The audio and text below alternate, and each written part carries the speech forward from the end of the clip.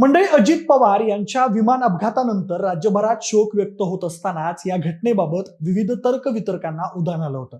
त्यामुळे उपमुख्यमंत्री अजित पवार यांच्या विमान अपघाताच्या बाबतीत रोहित पवार 10 तारखेला एक पत्रकार परिषद घेणार होते, ज्याच्याकडे सगळ्यांच्याच नजरा लागलेल्या होत्या. आणि आता ती पत्रकार परिषद पार पडली आहे. रोहित पवारांनी अजित पवारांचा विमान अपघात होता की घातपात होता याबद्दल अनेक पुरावे दाखवून स्पष्टीकरण दिलंय. तेच आपण आजच्या या व्हिडिओच्या माध्यमातून वेळ न घालवता जाणून घेणार आहोत. नमस्कार, मी प्रथमेश आणि तुम्ही पाहताय विशेष भारी. मंडळी, राज्याचे उपमुख्यमंत्री अजित पवार यांचं 28 जानेवारी रोजी अपघाती निधन झालं. या अपघातावर आता रोहित पवार यांनी अनेक गंभीर प्रश्न उपस्थित केले आहेत. कारण प्रवास करणारे अजितदादा हे विमानानेच कसे जातील यासाठी काही जणांनी प्रयत्न केले का? पायलटला विमानाचा अपघातच घडवायचा होता का? असे अनेक प्रश्न रोहित पवारांनी विचारले आहेत. दादांच्या अपघाताची चौकशी ही इथल्या संस्थेनं करावीच, पण त्याचसोबत फ्रान्स आणि अमेरिकेच्या संस्थेनेही तपास करावा अशी मागणी रोहित पवारांनी केली आहे. याचबरोबर अपघाताचा घटनाक्रम सांगताना रोहित पवार म्हणाले की दादांना 210 किलोमीटर प्रवास करायचा होता. त्यासाठी त्यांना 27 मिनिटं लागणार होती. दादा ज्या विमानातून प्रवास करत होते ते लेअरजेट विमान होतं. हे विमान ज्या कंपनीचं होतं त्याचं नाव VSR असं आहे. विजय कुमार आणि रोहित सिंग असे 2 डायरेक्टर आहेत या कंपनीचे. तर या कंपनीचे 27 स्टेक होल्डर्स आहेत. याचबरोबर अजितदादा हे 7:50 एअरपोर्टवर आले. दादांचं विमान 8:10 टेक ऑफ झालं. 8:22 ते विमान लोणावळ्याजवळ असेल. 8:43 ते 8:45 दरम्यान ही दुर्दैवी घटना घडली. 9 वाजता दादा गंभीर असल्याची माहिती आली आणि 9:45 दादांचं निधन झाल्याची अधिकृत बातमी आली. यावेळी रोहित पवार यांनी अपघातानंतर VSR कंपनीचे मालक विजय कुमार सिंग यांची प्रतिक्रिया दाखवली. विमान चांगल्या स्थितीत होतं आणि मेंटेन्ड होतं. वैमानिक अनुभवी होते. अपघात व्हिजिबिलिटी इश्यूमुळे झाल्याची शक्यता आहे अशी प्रतिक्रिया विजय कुमार सिंग यांनी दिली होती. पण स्थानिकांनी दिलेल्या प्रतिक्रियांमध्ये असं सांगण्यात आलं की विमानाचा आवाज इतर विमानांपेक्षा वेगळा येत होता. त्यामुळे विमान कंपनीच्या मालकाचा दावा पूर्णपणे खोटा ठरत असल्याचं रोहित पवार म्हणाले. विमानात यांत्रिक बिघाड झाल्याचं स्पष्ट होत असल्याचं रोहित पवार म्हणाले. त्यानंतर रोहित पवारांनी एक CCTV फुटेज दाखवत विमान हवेतच तिरकं होऊन पडलं होतं असं सांगितलं.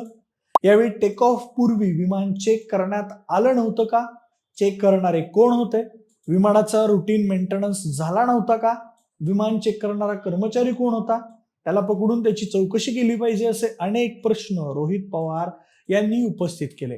पुढे ते असं म्हणाले की VSR कंपनीच्या विमानाचा अपघात 2023 मध्ये सुद्धा देखील घडलेला होता.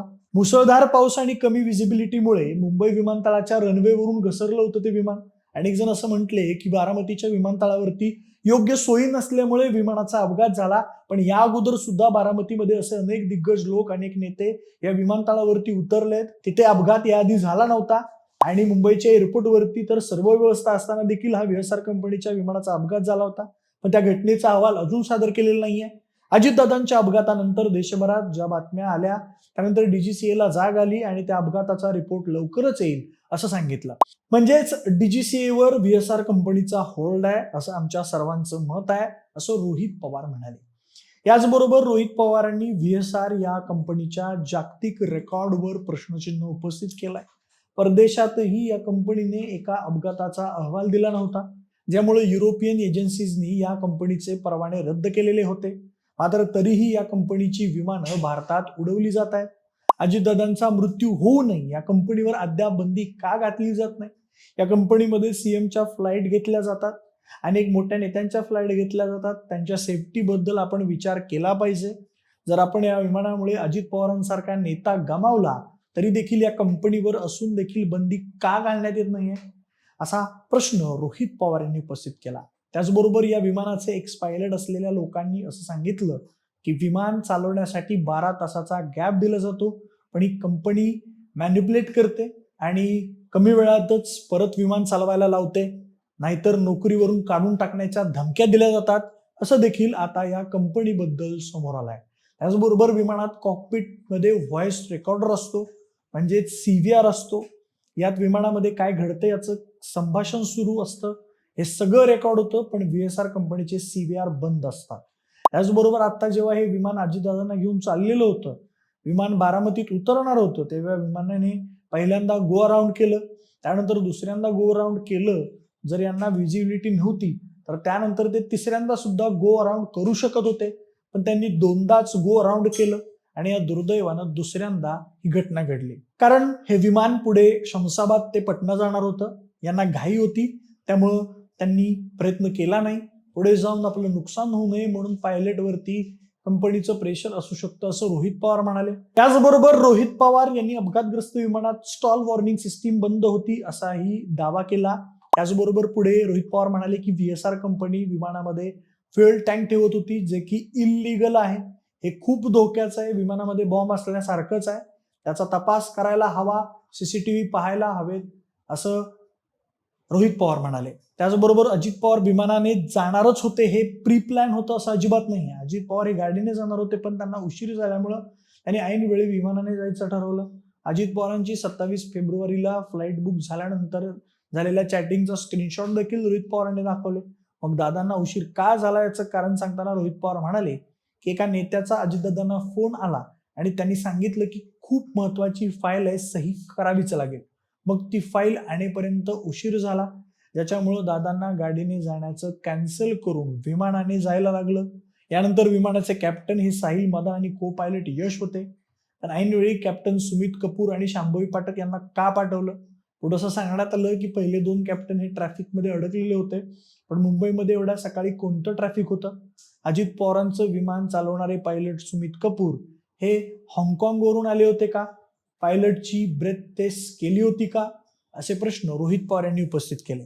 त्याचबरोबर ते म्हणाले की 2010 साली कॅप्टन सुमित कपूर हे ड्युटीवर असताना मद्यसेवन केलेल्या अवस्थेमध्ये आढळून आले होते. या घटनेनंतर संबंधित विमान कंपनीने त्यांना कामावरून काढलं होतं. यानंतर 2017 साली पुन्हा एकदा सुमित कपूर ड्युटीवर असताना अल्कोहोल पॉझिटिव्ह आढळले. ऑन ड्युटी दारू प्यायल्याचं दुसऱ्यांदा निष्पन्न झाल्यामुळे त्यांच्यावर प्राधिकरणाने 3 वर्षांच्या निलंबनाची कारवाई केलेली होती. यानंतर सुमित कपूर हे VSR व्हेंचर्स या कंपनीमध्ये 5 वर्षांपासून काम करत होते. याचा संदर्भ घेऊन रोहित पवारांनी पत्रकार परिषदेमध्ये कॅप्टन सुमित कपूर यांनी त्या दिवशीही मद्यसेवन केलं होतं का असा प्रश्न विचारला. त्याचबरोबर रोहित पवार म्हणाले की आतापर्यंत 13-14 दिवसात अपघाताबाबत काहीही तपास झाला नाही. याचा फक्त CCTV गोळा केला, पण त्यावर काही झालं नाही. त्यामुळे एवढ्या दिवसात कंपनीकडून काहीही खोटे पुरावे गोळा करण्यात येण्याची शक्यता आहे. बारामतीत ILS म्हणजेच इन्स्ट्रुमेंटल लँडिंग सिस्टीम नसल्यामुळे हा अपघात झाल्याचं सांगितलं जात आहे. याआधी याच कंपनीच्या विमानाचा 2 वर्षांपूर्वी एक अपघात झाला होता, पण त्यावर काहीही तपास झाला नाही. 2 वर्षांपूर्वी त्याचा रिपोर्ट आला नाही. तो रिपोर्ट दाबण्यात आला का? तसं जर झालं नसतं तर आज अजितदादांचा अपघात झालाच नसता, हे मात्र नक्की, असं रोहित पवार म्हणाले. याचबरोबर पुढे बोलताना रोहित पवार म्हणाले की DGCA विश्वास आहे, सरकारवर आरोप नाही, कुणावर आरोप नाही. अशा गोष्टी घडल्या असतील अशी शंका आहे. पोलिसांना एअरपोर्टवर परवानगी नसते, CID चौकशी करत नाही, त्यात एक्सपर्ट ओपिनियन हवं. त्यामुळं बाहेरच्या कंपन्या घ्या. तसेच ब्लॅक बॉक्स मधील रेकॉर्डिंग संपूर्णपणे परिवारातील एका व्यक्तीला एक्सपर्ट बरोबर बघण्याची संधी द्यावी, ही सरकारला विनंती आहे. CIDवर आक्षेप घेत नाही. कधी कधी एखाद्या एजन्सीचं नाव दिल्यावर लोकांना वाटतं लय भारी काम, पण या टिपिकल घटनेबद्दल ते चांगलं काम करणार नाही. हे त्यांचं एक्सपर्टीज नाही. हृदयाचा आजार असेल तर हृदयाच्या डॉक्टरकडे जावं लागतं, डोळ्याच्या नाही, असं रोहित पवार म्हणाले. याचबरोबर रोहित पवार यांनी सांगितलं की गेल्या काही दिवसात दादांनी प्लॅस्टिक बाटली वापरण्याचं बंद केलेलं होतं. त्यांनी काचेच्या बाटलीतून पाणी प्यायला सुरुवात केली आणि ती बाटली नेहमी त्यांच्या विश्वासू सुरक्षा रक्षकाच्या हाती असायची, असं रोहित पवार म्हणाले. त्यांनी असं का केलं? त्यांना काही कुणकुण लागली होती का? असा प्रश्न रोहित पवारांनी उपस्थित केला. त्याचबरोबर ते पुढे म्हणाले की अजितदादांच्या अपघाती मृत्यूची घटना घडली आहे हे वास्तव आहे. मलाही असं वाटत होतं की अशी घटना व्हायला नको होती, पण ते सत्य आहे. अजितदादांचा ज्या ठिकाणी अपघात झाला त्या ठिकाणी त्यांचं स्वेटर आणि चपला सापडल्या. अजितदादा जे घड्याळ घालायचे ते 15 मिनिटे पुढे लावून ठेवायचे, ते घड्याळ त्या ठिकाणी सापडलं. त्यामुळे सगळ्यांनी आता वस्तुस्थिती स्वीकारावी, असं रोहित पवार यांनी झालेल्या प्रेस कॉन्फरन्समध्ये सांगितलंय. एकंदरीतच काय तर उपमुख्यमंत्री अजित पवार यांच्या अपघाती मृत्यूनंतर ज्या काही शंका उपस्थित होत होत्या त्या शंकांना आता पूर्णविराम मिळाला आहे असं म्हणावं लागेल. रोहित पवार यांच्या संपूर्ण प्रेझेंटेशनचा आढावा घेतला तर असं लक्षात येतं की रोहित पवार यांनी दादांचा मृत्यू हा अपघातामुळे नाही तर घातपातामुळेच झाला असण्याची शक्यता आहे, अशी शक्यता वर्तवली. यानुसार त्यांनी स्पष्ट केलं की या घातपातामागे विमान कंपनीचा हात असू शकतो, कारण या विमान कंपन्या बऱ्याच राज्यात काम करतायत. या कंपनीचा राजकीय नेत्यांशी संबंध आहे, असं स्पष्ट करत रोहित पवार यांनी अपघाताची सखोल चौकशी करावी असं सांगितलं. बाकी या संपूर्ण प्रेस कॉन्फरन्स बद्दल तुम्हाला काय वाटतं? खरंच दादांचा अपघात झाला होता की त्यांच्यासोबत काही घातपात झालाय? जर घातपात झाला असेल तर तो नेमका कोणी केला असेल? रोहित पवारांच्या या धक्कादायक खुलास्यांबद्दल तुम्हाला नेमकं काय वाटतं? कमेंट बॉक्समध्ये रितेवा कमेंट बॉक्समध्ये आम्हाला नक्की सांगा की तुम्हाला काय वाटतं. सोबतच आपल्या विशेष भारीच्या YouTube चॅनलला सबस्क्राईब करायला अजिबात विसरू नका. धन्यवाद.